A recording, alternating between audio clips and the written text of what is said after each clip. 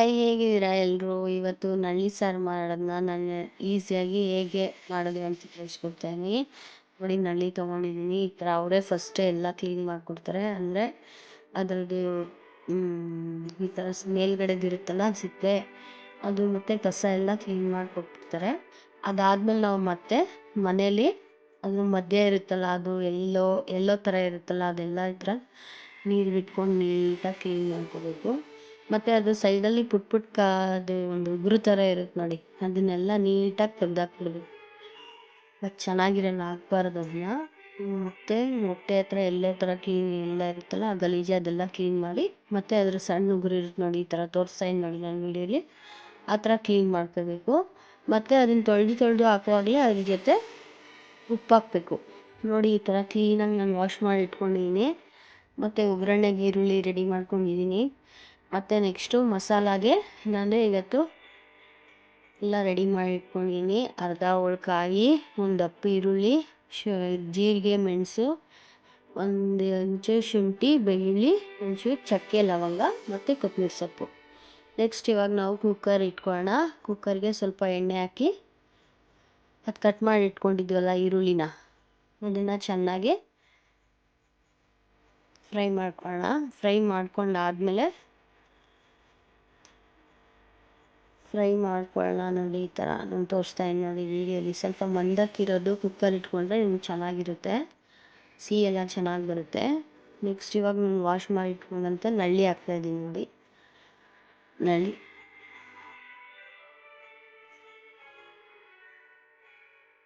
ಘಮ ಅನ್ನತ್ತೆ, ಮಾಡುವಾಗ ಚೆನ್ನಾಗಿರುತ್ತೆ. ಇದು ತಿನ್ನೋರಿಗೆ ಅದ್ರ ಟೇಸ್ಟ್ ಗೊತ್ತು ಅಂತಾರಲ್ಲ, ಆ ಥರ ಚೆನ್ನಾಗಿ ಬರುತ್ತೆ ಇದು ಸಾರು. ನೆಗಡಿ, ಶೀತ ಇದೆಲ್ಲ ತುಂಬ ಒಳ್ಳೆಯದು. ಜ್ವರ ಇದ್ದರೆ ಎಲ್ಲ ಇದನ್ನು ಬಿಸಿ ಬಿಸಿ ಸಾರು ಮುದ್ದೆ ಜೊತೆ, ಚಪಾತಿ, ರೈಸ್ ಜೊತೆ ಎಲ್ಲ ತುಂಬ ಚೆನ್ನಾಗಿರುತ್ತೆ. ಮತ್ತು ಬಾಣಂತಿಯರಿಗೂ ಇದನ್ನು ಬಾಣಂತನದಲ್ಲಿ ಕೊಡ್ತಾರೆ. ಬಾಣಂತಿಯರಿಗೆ ಕೊಟ್ಟರೆ ಮಕ್ಳಿಗೂ ನೆಗಡಿ, ಶೀತ ಎಲ್ಲ ಹೊರಟೋಗುತ್ತೆ. ಈಗ ನೋಡಿ, ಸ್ವಲ್ಪ ಅರಿಶಿನ ಹಾಕ್ಕೊಂಡಿದ್ದೀನಿ ನಾನು, ಒಂದು ಅರ್ಧ ಟೇಬಲ್ ಸ್ಪೂನ್ ಅಷ್ಟು ಅರಿಶಿನ ಹಾಕ್ಕೊಂಡು ಅದನ್ನು ಕೂಡ ಅದ್ರ ಜೊತೆನೇ ಹೆಂಗೆ ನಾವು ಮಟನ್ನ ಇದನ್ನು ಮಾಡ್ಕೋತೀವೋ, ಅದು ನೀರು ಸುಂಡೋ ತನಕ ಫ್ರೈ ಮಾಡ್ಕೋತೀವೋ ಸೇಮ್ ಇದು ಅದೇ ಥರನೇ. ಅದು ಹಸಿ ವಾಸನೆ ಎಲ್ಲ ಹೋಗಬೇಕು. ಒಂಥರ ಚುಂಗ್ ಥರ ಇರುತ್ತಲ್ಲ, ಆ ಸ್ಮೆಲ್ಲೆಲ್ಲ ಹೋಗಬೇಕು.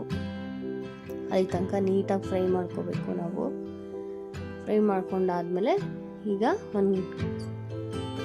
ನಿಮ್ಮ ರುಚಿಗೆ ತಕ್ಕಷ್ಟು ಉಪ್ಪು ಹಾಕಬೇಕು. ಉಪ್ಪು ನಾನು ಸ್ವಲ್ಪ ಹಾಕಿರ್ತೀನಿ, ಆಮೇಲೆ ಮತ್ತೆ ಮಸಾಲೆ ಎಲ್ಲ ಹಾಕಿ ಸಾಂಬಾರು ಮಾಡುವಾಗ ಟೇಸ್ಟ್ ನೋಡ್ಕೊಂಡು ಹಾಕ್ತೀನಿ. ಇವಾಗ ಒಂದು ಸ್ವಲ್ಪ ಹಾಕಿದ್ದೀನಿ. ಮತ್ತು ಅದಾದಮೇಲೆ ಉಪ್ಪು ಹಾಕಾದ್ಮೇಲೆ 1-2 ಸಲ ಕೈಯಲ್ಲಿ ಆಡಿಸಿ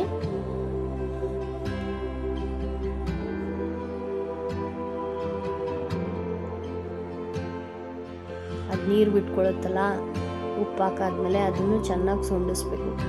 ಅದೆಲ್ಲ ಚೆನ್ನಾಗಿ ಆದಮೇಲೆ ಇವಾಗ ನೀರು ಹಾಕಬೇಕು. ನೋಡಿ, 1.5 ಗ್ಲಾಸ್ ನಾನು ನೀರು ಹಾಕೋತಾ ಇದ್ದೀನಿ. ನಾವು ನೀರು ಕುಡಿತೀವಲ್ಲ ಆ ಗ್ಲಾಸಲ್ಲಿ 1.5 ಗ್ಲಾಸು. ಅದು ಮುಳುಗಷ್ಟು ಹಾಕ್ಕೊಂಡ್ರೂ ಏನು ಪರವಾಗಿಲ್ಲ.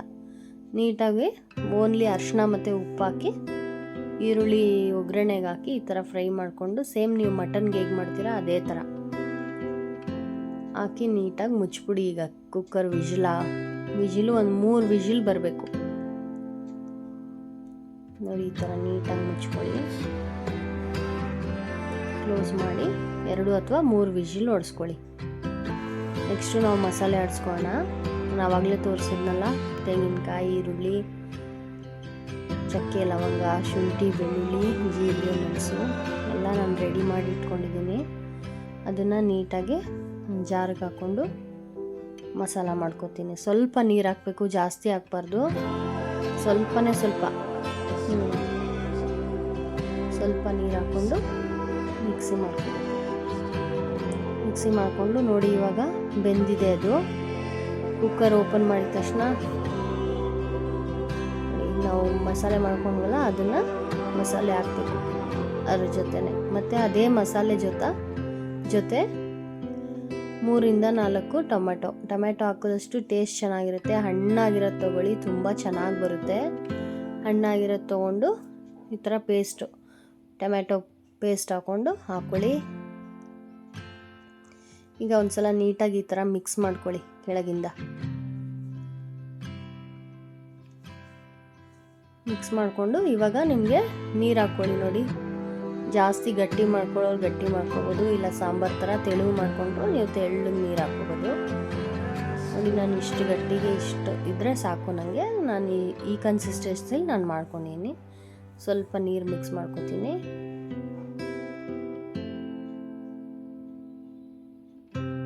ಇವಾಗ ಇನ್ನೊಂಚೂರು ಆ ಮಸಾಲೆಗೋಸ್ಕರ ಒಂಚೂರು ಉಪ್ಪು, ಒಂದು 2 ಸ್ಪೂನಷ್ಟು ಖಾರದ ಪುಡಿ, ನಿಮ್ಮ ಖಾರಕ್ಕೆ ತಕ್ಕಷ್ಟು ಹಾಕ್ಕೊಳ್ಳಿ. ನಿಮ್ಮ ಖಾರಕ್ಕೆ ತಕ್ಕಷ್ಟು ಹಾಕ್ಕೊಳ್ಳಿ. ನಾವು ಮಸಾಲೆಗೆ ಹಸಿಮೆಣಸಿನ್ಕಾಯಿ ಹಾಕಿರೋದಿಲ್ಲ, ಖಾರದ ಪುಡಿನೇ ಇದರಲ್ಲಿ ಬಳಸ್ತೀವಿ, ಬರೀ ಖಾರದ ಪುಡಿ. ಅದ್ರ ಜೊತೆನೇ ನಾನು ಧನಿಯಾ ಪುಡಿ ಕೂಡ ಮಿಕ್ಸ್ ಮಾಡಿ ಇಟ್ಕೊಂಡಿದ್ದೀನಿ ಮನೇಲಿ. ಅದು ಸಪ್ರೇಟ್ ಹಾಕಲ್ಲ, ಒಂದೇ ಅದರಲ್ಲೇ ಮಿಕ್ಸ್ ಮಾಡಿರೋದನ್ನೇ ನಾನು ಹಾಕೋತೀನಿ. ಒಂಚೂರು ಅರಿಶಿನ ಹಾಕಿ ಮತ್ತೆ ನಾನು ಮಿಕ್ಸ್ ಮಾಡ್ಕೊತಾ ಇದ್ದೀನಿ ಸಾರು. ಕೈ ಬಿಡ್ದೇ ಈ ರೀತಿ ಕೈ ಆಡಿಸ್ತಾ ಈ ಥರ ಅದ್ರ ಕನ್ಸಿಸ್ಟೆನ್ಸಿ ನೋಡಿಕೊಂಡು ಅದನ್ನು ಟೇಸ್ಟ್ ಮಾಡ್ತಾ ಮಾಡಿ ಒಂದು ಸರಿ. ಈಗ ನೋಡ್ಕೊಳ್ಳಿ, ಉಪ್ಪು ಖಾರ ಎಲ್ಲ ಕರೆಕ್ಟ್ ಇದೆಯಾ ಅಂದ್ಕೊಂಡು ನೋಡಿ. ಮತ್ತೆ ಲಿಡ್ ಕ್ಲೋಸ್ ಮಾಡಿ ಎರಡು ವಿಜಿಲ್ ಹಾಕ್ಸ್ಕೊಳ್ಳಿ. 2 ವಿಜಿಲ್ ಆಗಿದ ತಕ್ಷಣ ನೋಡಿ, ಇವಾಗ ಈ ಥರ ಆಗಿದೆ ಸಾಂಬಾರು. ನೋಡೋಕೆ ಹೋಗೋಣ ಬನ್ನಿ. ನೋಡಿ, ಸೂಪರಾಗಿ ಆಗಿದೆ ಸಾರು, ಘಮ ಘಮ ಅಂತಿದೆ, ಸಖತ್ತಾಗಿದೆ ನೋಡಿ. ಈಸಿಯಾಗಿ ನೀವು ಇದೇ ಥರ ಮನೆಯಲ್ಲೇ ಮಾಡ್ಕೋಬೋದು. ನಾನು ಫಸ್ಟಿಂದನೂ ಲಾಸ್ಟ್ ತನಕ ಹೆಂಗೆ ಮಾಡೋದು ಅಂತ ಈಸಿಯಾಗಿ ಹೇಳ್ಕೊಟ್ಟಿದ್ದೀನಿ ಫ್ರೆಂಡ್ಸ್. ಇದ್ರ ಜೊತೆ ನಾನಿವತ್ತು ನಮ್ಮ ಮನೇಲಿ ಪರೋಟ ಮಾಡ್ಕೋತಾ ಇದ್ದೀನಿ. ಬಿಸಿ ಬಿಸಿ ಪರೋಟ, ರೆಡಿಮೇಡ್ ಪರೋಟ ಬರುತ್ತಲ್ಲ ಅದೇನೇ. ಇಷ್ಟು ಬೇಗಪ್ಪ ತಿನ್ನೋದು ಅನ್ನಿಸ್ತಿದೆ. ನೋಡಿ, ನೀವು ನಿಮ್ಮ ಮನೇಲಿ ಈಸಿಯಾಗಿ ಈ ರೀತಿ ಮಾಡ್ಕೋಬೋದು. ಇದೆಲ್ಲ ಕಷ್ಟ ಆ ಥರ ಎಲ್ಲ ಏನಿಲ್ಲ, ಅವರೇ ಎಲ್ಲ ಕ್ಲೀನ್ ಮಾಡಿಕೊಡ್ತಾರೆ. ನೀವು ಬರೀ ವಾಶ್ ಮಾಡಿಕೊಂಡು ಅದರ ಸೈಡ್ದು ಉಗುರನ್ನ ತೆಗೆದುಬಿಟ್ರೆ ಈಸಿಯಾಗಿ ನೀವೇ ಮನೇಲಿ ಮಾಡ್ಕೋಬೋದು. ಈಸಿ ಸಿಂಪಲ್ ಮಸಾಲಾನೇ ಫ್ರೆಂಡ್ಸ್, ಏನು ಕಷ್ಟದ್ದು ಏನಿಲ್ಲ. ಮನೇಲಿರೋ ಐಟಮ್ಗಳೇ ಹಾಕ್ಕೊಂಡು ಈ ರೀತಿ ನೀವು ಮಾಡ್ಕೋಬೋದು. ನೋಡಿ, ಅದ್ರ ಜೊತೆ ನಾನು ಪರೋಟ ಹಾಕ್ಕೋತಾ ಇದ್ದೀನಿ. ಪರೋಟ ಸಾಫ್ಟಾಗಿರುತ್ತೆ. ಇಲ್ಲಿ ನಮ್ಮ ಮನೆ ಹತ್ರ ಅಲ್ಲೇ ರೆಡಿಮೇಡ್ ಮಿಷಿನ್ನಲ್ಲಿ ಮಾಡಿಕೊಡ್ತಾರೆ ಇದನ್ನ.